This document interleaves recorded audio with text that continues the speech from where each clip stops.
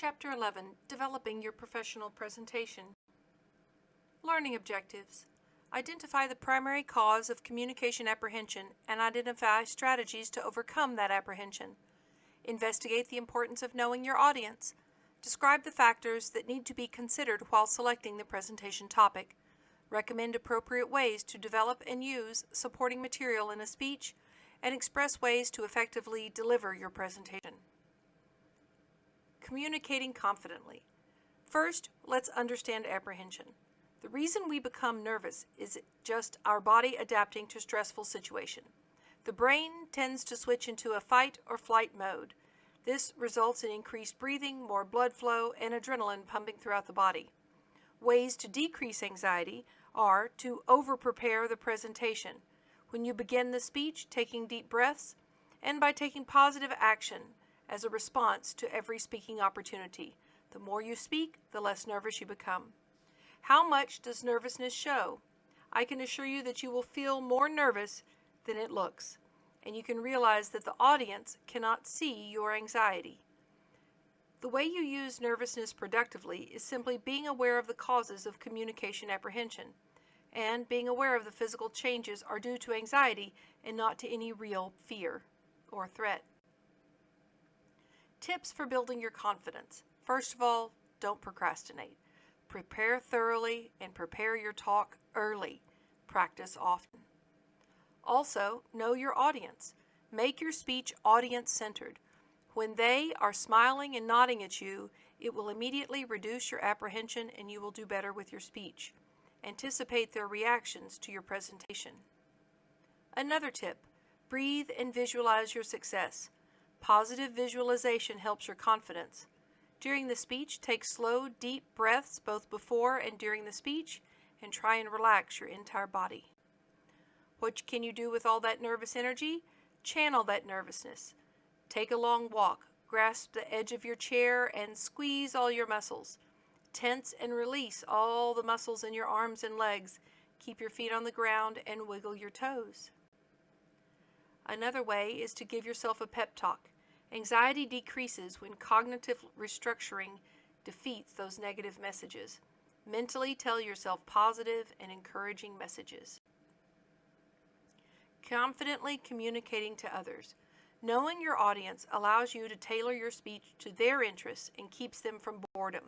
This will help you feel more comfortable. You should analyze your audience before you speak, such as demographics. Consider the age, gender, ethnicity, cultural background, education level, religious, social, political, or service groups, and a range of incomes and occupations.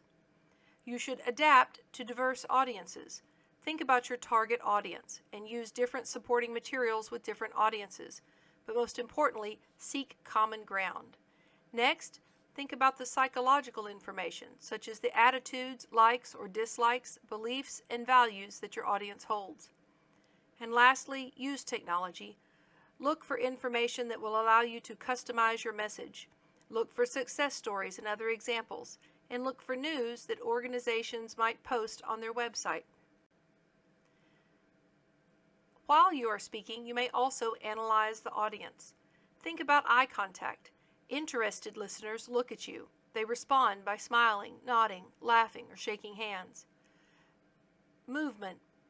Attentive audiences don't move around and wiggle while speaking.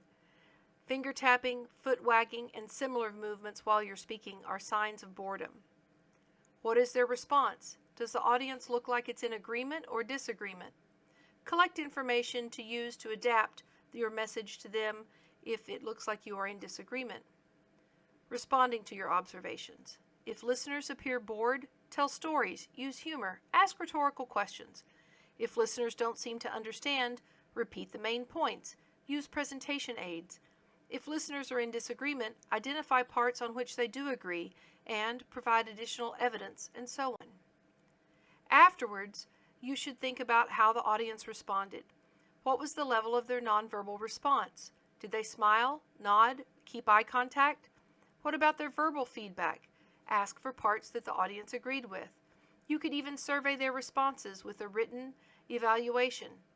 Do you think the listeners did what you wanted them to do after you made your presentation, that is the sign of a successful speaker. Now, how to develop your speech. First, you must select and then narrow your topic. You can't tell us everything about a large topic, so pick something small and make the audience feel as if they now know a lot about that small topic. You should narrow your topic to a general purpose. The general purposes are to persuade, to inform, or to entertain. After the general purpose comes a specific purpose. Concise statement that indicates what listeners should do. A specific purpose statements achieve speaking goals. In this, the different kinds of pie would be an informative speech.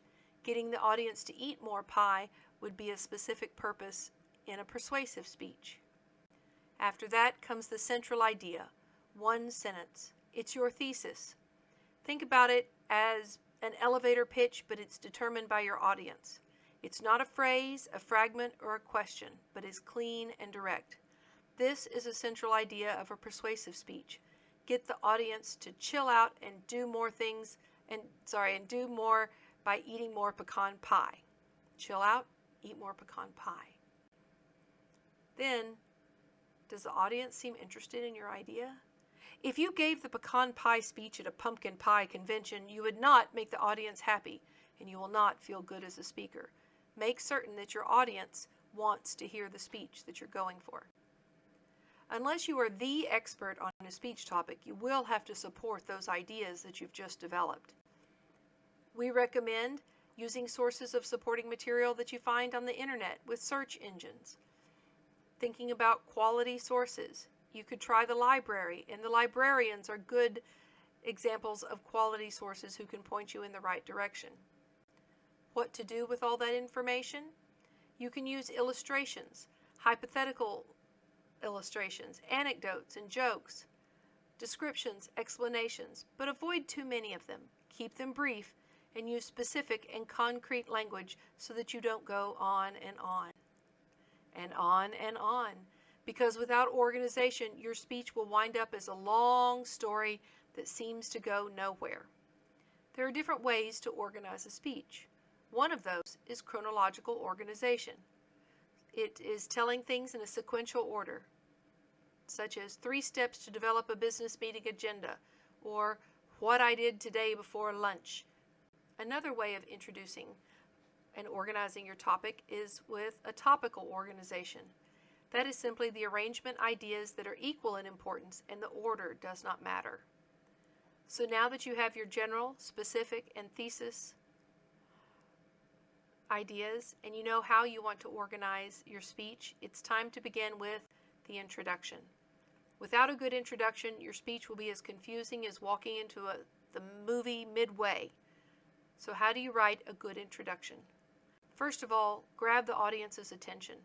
How about opening with a story, referring to a personal experience, or asking a rhetorical question? Use quotes, state facts or statistics. Next, orient the audience to the topic. The central idea should be in the introduction.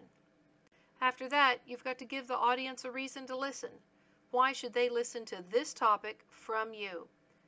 Motivate the listeners to continue listening. Show them how the topic affects them directly.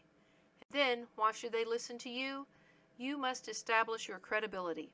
Tell the audience about the expertise related to the topic. Why did you choose this exact topic and take this approach on this topic? By what right do you have to speak to us about this? Establish your credibility. Finally, preview the main ideas. Let us know what to look for. The initial preview should come at or near the end of the introduction, and it allows the audience to anticipate the main ideas. Now you're ready to give the speech. But don't forget the conclusion. Concluding a presentation can easily follow this pattern: a summary, a quotation, a personal reference, a challenge to the audience, or offering a vision of the future.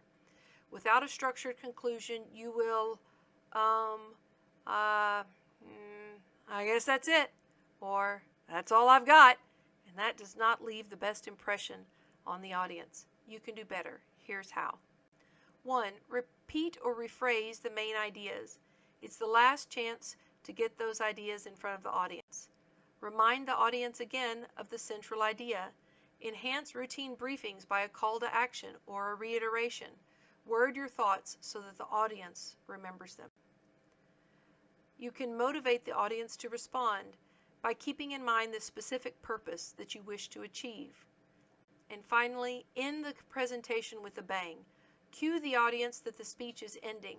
Refer back to the introduction, the story, or illustration that you told, and use verbal and nonverbal signposting. So now you've got your speech ready to go. It's important that you do an outline so that you can make sure all parts of